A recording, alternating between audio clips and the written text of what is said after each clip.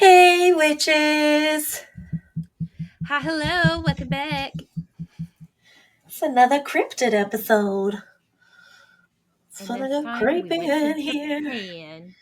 Yes, and mine's kind of like more folklore-y than cryptid, but um, Mine is definitely folklore. yeah, There's no way around it.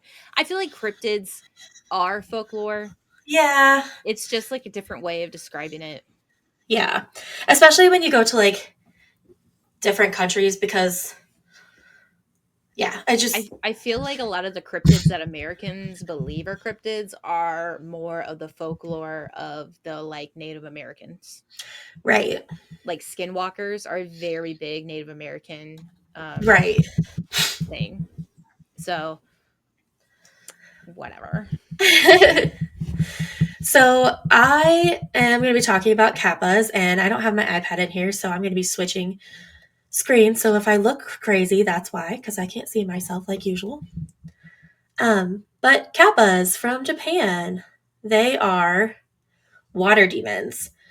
So the only and I know you're gonna be like shocked. The only pop culture reference I know of or have in my head for a kappa is Harry Potter. Um, so in my head, that's what I'm imagining. But then reading about them, like what they're supposed to actually look like, I'm like, huh, interesting. So they're apparently supposed to be like the size of like a 10-year-old child. They're like yellowish green, kind of like it says resembling monkeys, um, but like with fish scales. So like fish people. But some of them have tortoise shells. So like, you know, some of them have tortoise shells. It's fine. I don't know if it's like males have tortoise shells and females don't or what. I don't know. But some of them do. So but then the crazy thing about a kappa, and this is not mentioned at all in the Harry Potter franchise, obviously, because they're not in the franchise for that long. But on top of their head, they have like an indentation that's filled with water. So they have like a bowl basically on the top of their head. It's like an indentation. And if that water is spilled and not like replenished immediately, then they lose their supernatural powers. So and then like I had to like use 3 or 4 different sources to verify some of this because I was like, that's really fucking out there. But kappas have some really fucking weird stories or lore about them. So they really like cucumbers. If you want to calm down a pissed off kappa, you just throw it a cucumber. Um, they're super proud and stubborn, but they never break a promise. Like they're like super honorable. So they're not like you can trust their word if they make a promise. Um, they are super smart and they're one of the few, it says one of the few yokai that are able to learn human languages. I meant to go back and research what that is because all I can think of is those little like toys. um, but I'm assuming it's a type of like cryptid What or yokai? folklore. Yokai.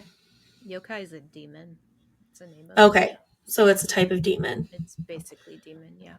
Yeah, they're Or like it's I think the Japanese word I don't know for if it's the Japanese term for demon or what it is, but it's basically demon. okay. Okay, so they're and that makes sense because they're water demons. So they're one of the few yokai or demons that are able to learn human languages.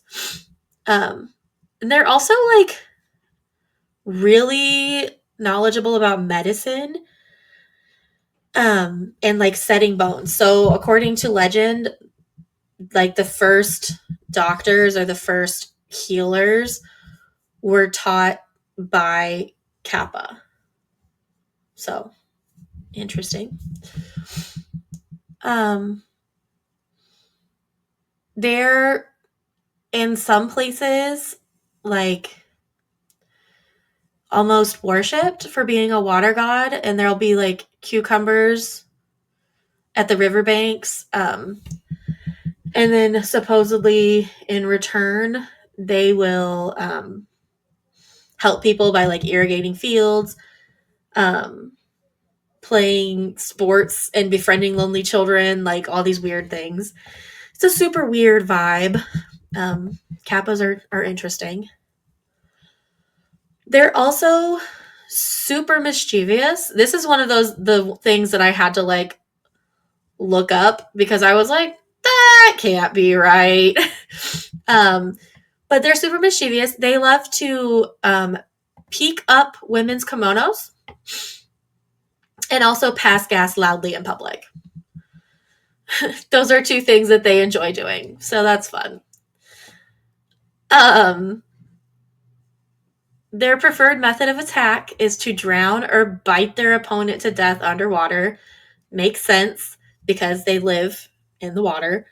But they particularly dislike like large farm animals like cows and horses, and they will just attack them for no reason. Um, and they've also been known to like kidnap swimming women. So there's that. Stay out of the water unless you've got cucumbers. I don't know what to tell you. Um, and then here are a couple of stories. I think I've got 3 stories. Oh wait, I got one more thing to talk about, and then 3 stories about kappas. So if you are in the water and you cross a kappa, there's no hope. Like you're going to die. However, if you are on land and a kappa is coming for you, they're so honorable and like proud that if you bow to them, they will bow back. And then if you bow lower, then they will bow lower. And if you can get them to bow low enough, the water in the dish on top of its head will spill out, and that really weakens them. And then, you can win a fight with them. So, a bowing contest. It's fine. Okay, now there's 3 like short little stories about them. Does the bowing have anything to do with like bowing in their culture? Probably like that's the way to trick them. This is probably one of those stories that was like, or creatures that was like created to Like teach. sealskin? Well, right, like to teach a lesson, like, oh, you didn't bow back, so the water didn't fall out of its head, so it beat you. Like, I feel like, you know what I mean, though? Like, Yeah. this is one of I get those, that. like, don't go out at night kind of things. Sure. So one of the most popular stories about kappas revolves around a farmer who was walking by a river, and there was like a group of kappas playing in the water, and they were trying to play a trick on the farmer and pulled him into the water. But they weren't deep in the water, so like they could stand and be out of the water. And this is the story of the bowing. So the farmer, who was not aware of the kappa's ways, was in super danger as the kappa tried to drown him. But then the farmer was trying to be respectful and like, why are you hurting me? And he bowed. And then the kappa bowed back and spilled the water in its head, which let the farmer go because that takes away their powers and super weakens them. So that's the first story. There's another story about a fisherman who was fishing, and the kappa was, came along to be like mischievous and mess with him. So the farmer offered the kappa a fish to like placate it. But what the kappa didn't know was that there was a hook inside the fish, and the kappa like ate the fish really fast because he's hungry, I guess. And the fisherman was able to bargain with the kappa to like, I will take the hook out if you will give me a wish. So the fisherman ended up getting a wish granted by the Kappa for getting the hook out. And then the last story about um the Kappa is a little more gruesome, and this is another thing. This is the second thing that I had to like look up on multiple sources because I was like, what the fuck? So um the um this one does not have a happy ending. I'm just gonna say the word and see if you know what it is, because I feel like you know a little bit more about the Asian cultures than I do. Do you know what a Sharika Dama is? I've heard it. Okay, well, apparently it is like this little mythical ball that is in your anus, and it's where your soul resides.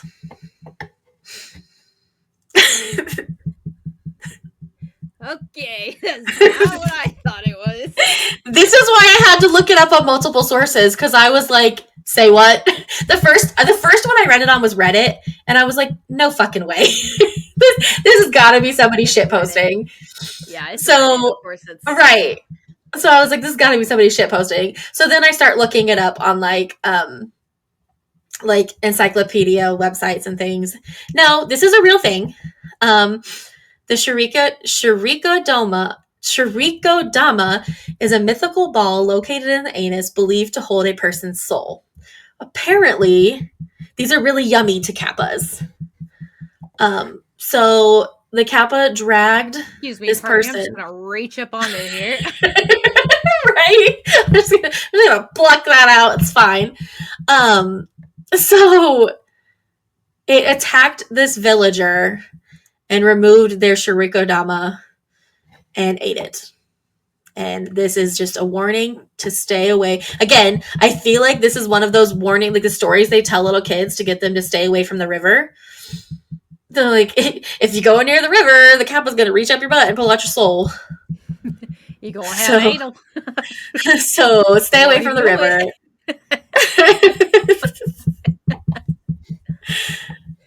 Literally one of the funnest things I've ever had to research, because I was just like, no fucking way, over and over again. I was like, nah. That can't be right.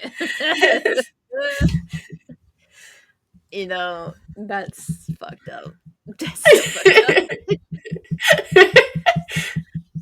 Let me just pluck this zone out and nom nom nom nom nom nom. Oh my god. Oh shit balls, man. It's called a Shiriko Dama. That's fucked up. No. No. I know. I was dying. I was fucking dying. I was literally like fact checking, and I was fact checking like legitimate websites because I was like, no.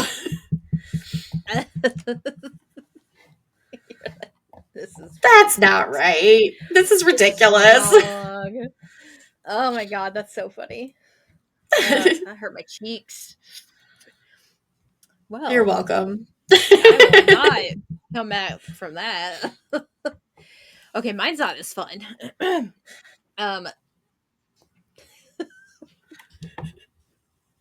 God.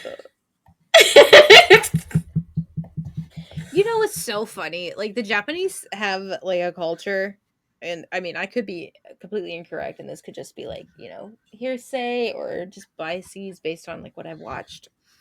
But I feel like they have a culture that's very modest. Very No, polite. I would agree with that based on what I've seen. Yeah, like very modest, all that. But let me tell you, the anime types that sometimes come out of there, the butthole play on this Kappa business. I can't even go to the FYE store and look at anime without popping into some porn anime section. Honestly, though. I'm like looking, I was like, oh man, that's a good anime. What is this? Oh shit, what the fuck? And I'm like, oops, not That's a that one. porn, right? That's a porn right there. Like I know some people are like, listen, some of them have some good, have a good storyline. That's great. Still considered porn because I would still be watching people I having just their need porn. you to know that there are probably people listening to this, Brittany, who are like, the books I you watched read that. are porn. No, not they watch that, but that are like, the books you read are also porn. I like to read it, okay? I don't want to watch it. I can read at my own level, okay? If I watch it, it just continues to happen. Like I can't enjoy the moment. I can at least pause and go, "Oh, this is such a great moment. Oh my god." Go back to it like, I "Fuck mean, you, Brittany." I feel like you could argue that you can pause the TV as well. I feel like I feel like porn doesn't have a storyline. Oh no, I'm inclined to agree with that, but I've also never watched anime porn, so I can't help you there. I don't know. I don't know about that. I had some people who were like, "Listen, you gotta watch this anime," and I was like, "Okay, where can I find it?" And they gave me a website, and I looked it up. I was like, "This is a porn site." Like, what's happening? I was like, What's wrong "What with anime you? are you wanting me to watch?" And they're like, "Oh, it's called Black Bible," and I was like, hold on, let me look this up." So I looked this up. It's an anime, Japanese creators. Let me tell you, it is. I was like, you know what? You asked me to watch this. I will watch this for you. I will watch it to watch it. But can you please find it on a different website and not a porn website? Do you have DVDs? Like, do you have something? That is not a fucking website. Please. Oh my Oh god. yeah, I'm sure I could find it. Okay. Just please, dear God. I will watch it. Just not on a fucking website. That's porn. Who was this? You don't know them. That's the sad thing Oh, is somebody in okay. college. We would have like anime, like we would order sushi and we'd like watch Pokemon or like have like anime nights and we'd watch like a random anime or something like that. And she was just like, "Yeah, you need to watch this anime." And I was like, "Okay, what is it called?" And they're like, "Oh, it's Black Bible. It's about like the occult. It's about like not hoodoo or voodoo or anything, but it's like it's got like some black magic in it." I was like, "Huh, that's kind of cool. Like, I'm sure you could do like a pretty cool anime on that." She goes, "Yeah, it's really good." And I was like, "Okay, honey, she would never tell you this is porn." How did you like? That's my question. First of all, you gave me a porn website, so how the fuck did you find this?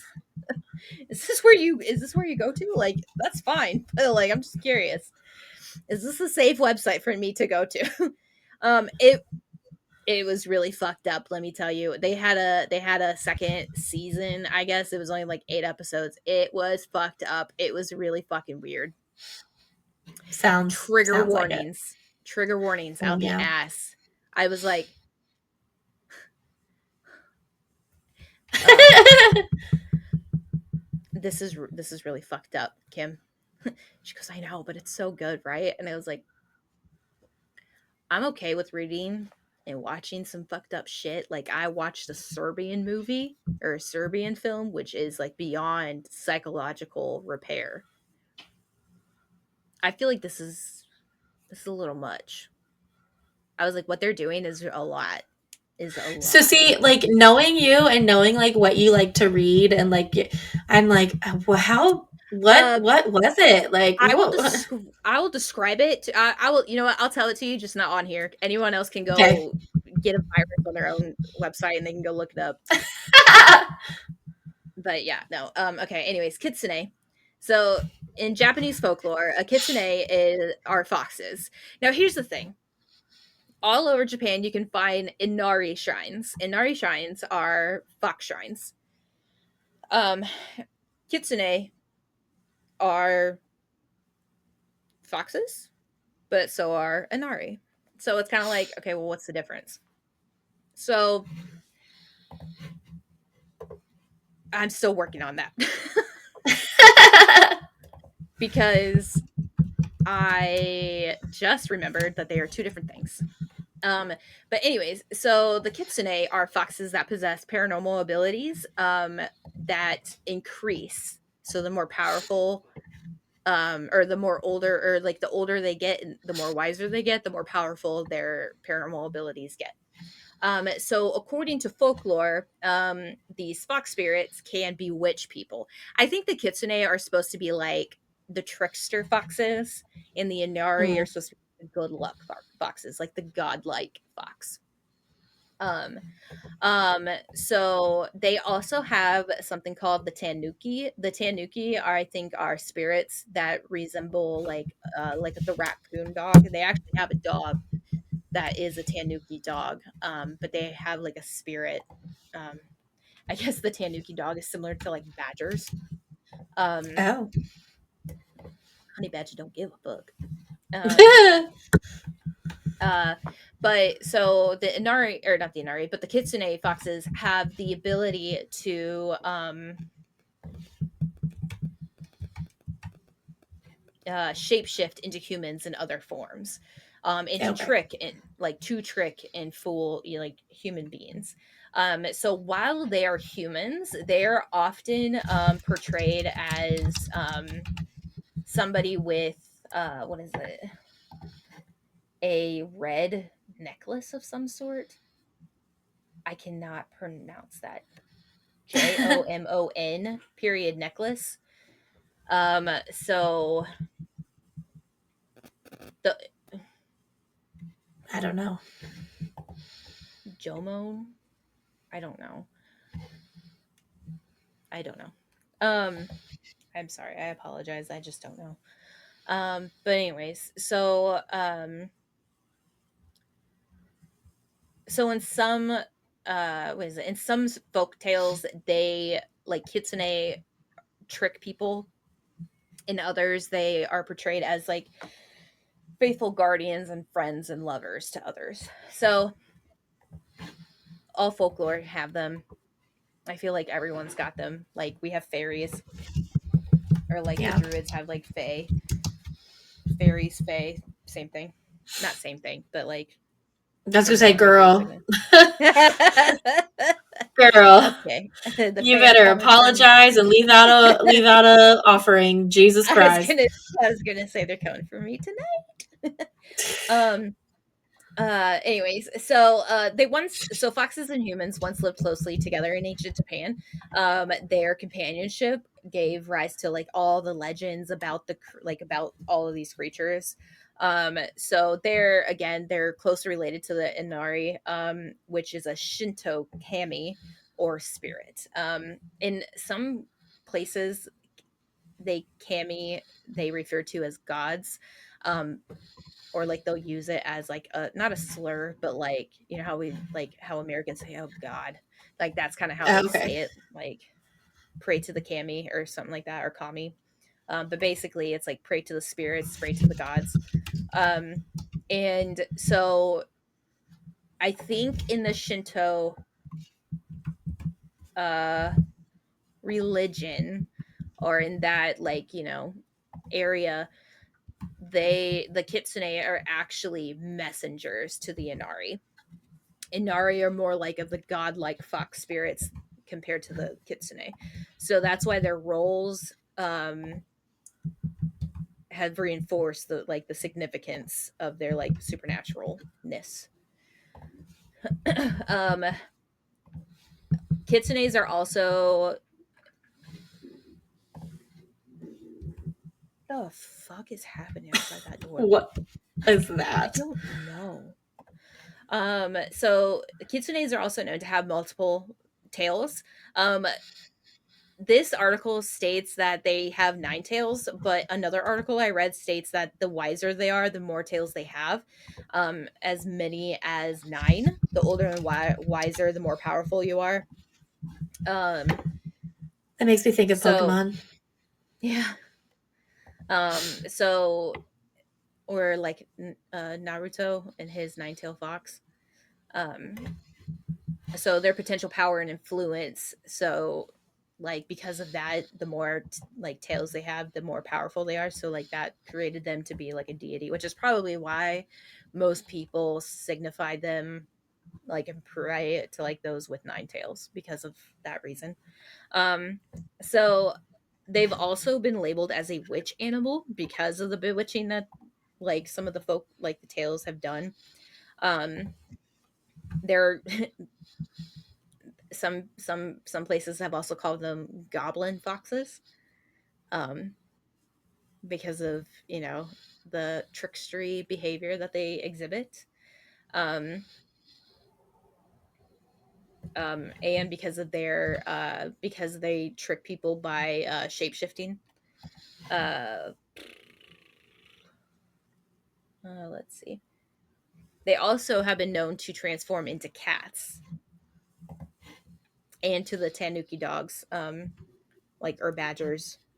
Um, They have also been known as familiars to do the biddings of their masters, or fox possessors. There are like Kitsune Mochi. Um, the lay monks training in the wild have the reputation of using Kiko or like Chi Fox. And in some cases, the fox spirit summoned is called the Osaki. The familiar may also be known as the Kura Gitsune or like the pipe fox, because they were believed to be so small or become so small they were able to fit inside a tube. It's probably like one of those things like it's kind of like the Pokemon thing, like where you like open Mm, up the ball and all of right. that. Um, so as far back as like 720 AD, there's documented history of foxes and like the relationship between humans. However, back then they were listed as omens. So anytime you saw a fox, you immediately thought something bad was going to happen. Um, so and then anybody who wore, or supposedly anyone who wore, a specific type of period necklace, which was made by piercing the canine teeth and jawbone of a fox, were supposed to were like labeled kitsune. Like they literally wore like a red necklace, and that was their human form of a kitsune. Um, but there was in in one of the years it was reported that a white fox witnessed a sign of good, possibly a sign of good omen.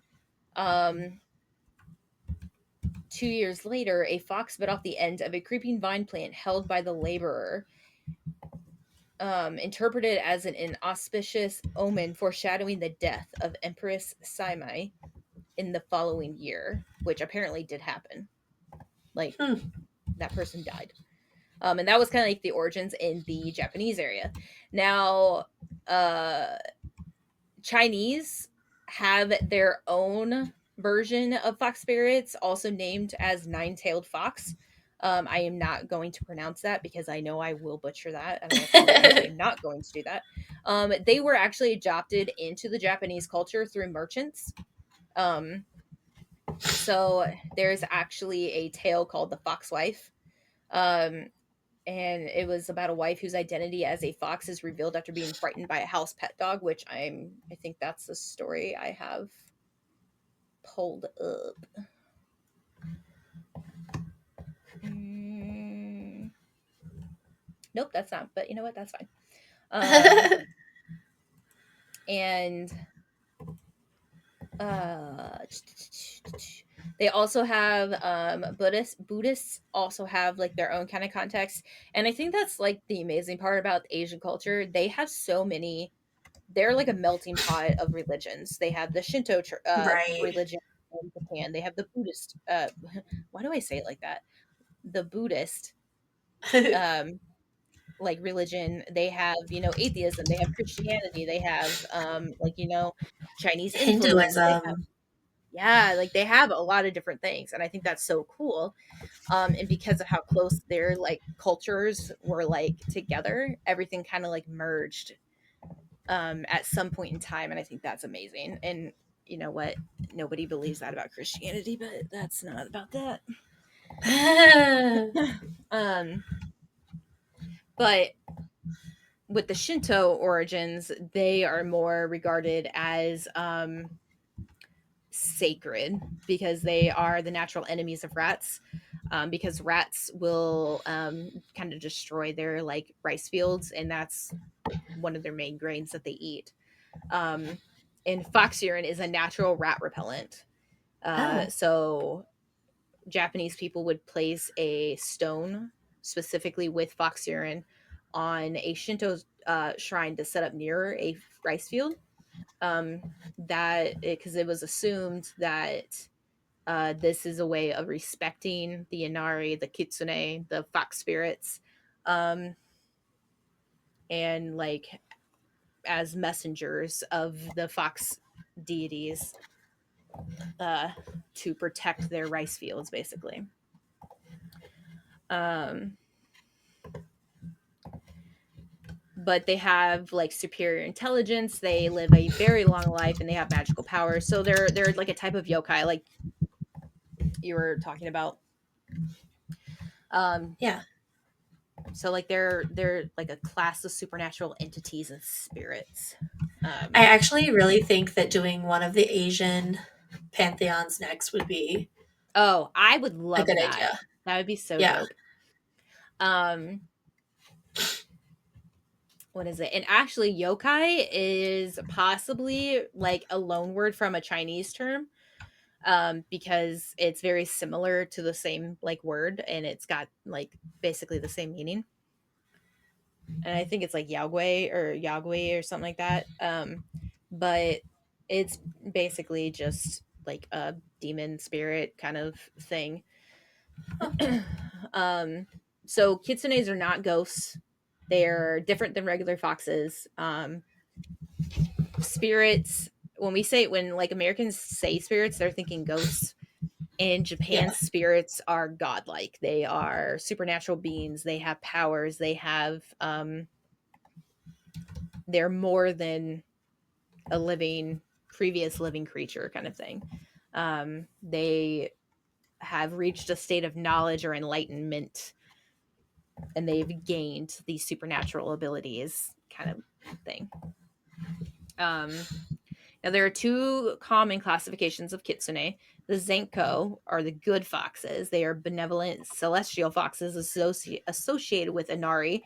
They're sometimes simply called Inari foxes in English. And on the other hand, the Yako, or the field foxes, also called the No Gitsune, tend to be more mischievous and even malicious. So, and then it depends on local traditions because that'll further the type of fox that you might be dealing with. So it really just depends on like which province you're in or whatever. But yeah, let's see. And a lot of this like came back from like feudal Japan. So like we're talking centuries ago, like 10th century is when a lot of this started building up and becoming like a major cultural force in Japan. There's also specifics on fox possession. So it's not all over the place in Japan. It's like more of the folk. I think he's moving stuff around for like the stealing things. I think that's exactly Oh, what like he's moving doing furniture. because he knows I don't want to fucking do that. And he said as soon as we're done with our stuff tonight, like that's what we got to do. And I was like, okay, I got it. I don't Oh, want to fucking do that. Squilliam. He's probably moving the big shit, and then but he's gonna look at me and be like, "That bookshelf is yours," and I'm like, "It is so unstable, and I have so many fucking books on it. I just It's probably gonna break as soon as I take all the weight off of it. Um, Ooh. yeah. Anyways, It's- um, Wait, is the bookshelf in the bathroom? What's happening? no, we had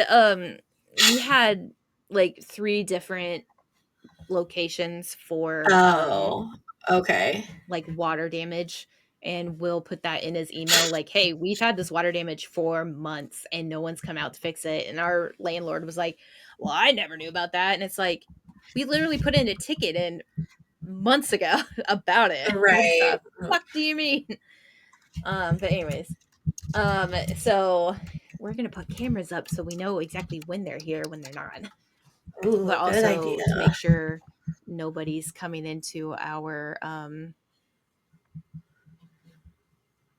trying to break into our apartment because somebody opened up our sliding door the other like over the weekend. Oh, Like it was closed when we went to bed. When we woke up, it was open. And interesting. we're like, Yikes. who the fuck tried to came into our apartment? But anyways, so anyways, fox possession. It's more of the folk religion. So like more of the um in like America, I would say like more of the Appalachian, Yeah. more more of the that kind of location based religion. I wouldn't even call it religion. I would just say like folklore, like tales, like based whatever. Um but a lot of people believe, because of like how far out there they were and how difficult travel was to get to like bigger cities, a lot of people are claiming that like the possessions of what they claim to be like kitsune possessions were actually just like mental illnesses that were like obviously untreated because of like lack of help and all of that. I mean, it was literally like around the 15th century a lot of this was happening. um Right. and it became widespread around that time too, so then it's like, oh, okay. um but yeah, it was known as Kitsune Netsuki, which is, or Kitsune Tsuki, which means the state of being possessed by a fox. So it's usually a young woman whom the fox enters beneath her fingernails or through her breasts. In some cases, the victim's facial expressions are said to change in such a way that they resemble those of a fox. Um, According to Japanese tradition, that holds that fox possessions can cause illiterate victims to temporarily gain the ability to read. In Foxes in folklore can possess a person of their own will. The Kitsunetsuki is often attributed to the malign intents of the hereditary fox employers. So, like, be kind to your people. Um, some families also protected foxes and like use those shrines throughout their entire like life, and like it passed down in generations. So a lot of these families will claim that they actually have fox spirits to protect them. So some places will actually have stories of like their fox possessing them to gain fortune, like, I wouldn't say fame, but like marriage into a wealthy family, like gain luck, that kind of stuff. I'm thinking like Mulan, like Mushu Mulan kind of like thing, like the great family protector. That's kind of like the idea that I was getting when I read that. I was like, oh, okay, that makes sense. Um, but yeah, so like we're thinking like trickster esque in some locations, other locations, depending on who you were, like if you um love them or whatever, will depend on, what kind of love you got from them. So the story is called the Tamamo no Mae, the Jewel Maiden. So in ancient Japan during the 12th century, there lived a courtesan named Tamamo no Mae. She possessed unmatched beauty and charm, captivating everyone who encountered her. However, beneath her human appearance lay a kitsune, a mythical fox with supernatural abilities. Tamamo no Mae used her shape-shifting powers to influence political events. She became a favorite of the imperial court, catching the eye of Emperor Konoe. The emperor fell deeply in love with her, unaware of her true identity. As the time passed, suspicions arose. She believed that some believed that Tamamo no Mae was more than she seemed, a skilled I don't know how to onmyoji, or a practitioner of Japanese esoteric cosmology named Abe no Asuchika, investigated her past. Through magical divination, he discovered the shocking truth. Tamamo no Mae was a kitsune who had lived for centuries, using her allure to manipulate humans. Her crimes included draining the life force of men and causing misfortune wherever she went, so like a succubus. When confronted, she revealed her true form, a nine-tailed fox, radiant and otherworldly. Emperor Kanoye was devastated by the revelation. Tamamo no Mae's enchantment shattered, and she was banished from the palace. Despite her cunning and beauty, her malevolent actions could not be forgiven. And so the tale of Tamamo no Mae, the Jewel Maiden, remains a cautionary story of love, deception, and the hidden powers of Kitsune in Japanese mythology. So remember, kids, Kitsune are not only tricksters, but also complex beings with both benevolent and malevolent aspects. Their stories continue to captivate imaginations, leaving an inedible mark on Japanese culture and folklore. So, All right. well, that was a lot. I didn't expect Yes. you talking that much. Sorry. It was good though. We should have done yours first and mine second, so we could have done yours, and it would have been like more serious and kind of like. And then we could have gotten to the butt stuff. Comedic relief. Nah, man, you got to get the butt stuff out of the way first. That shit sucks.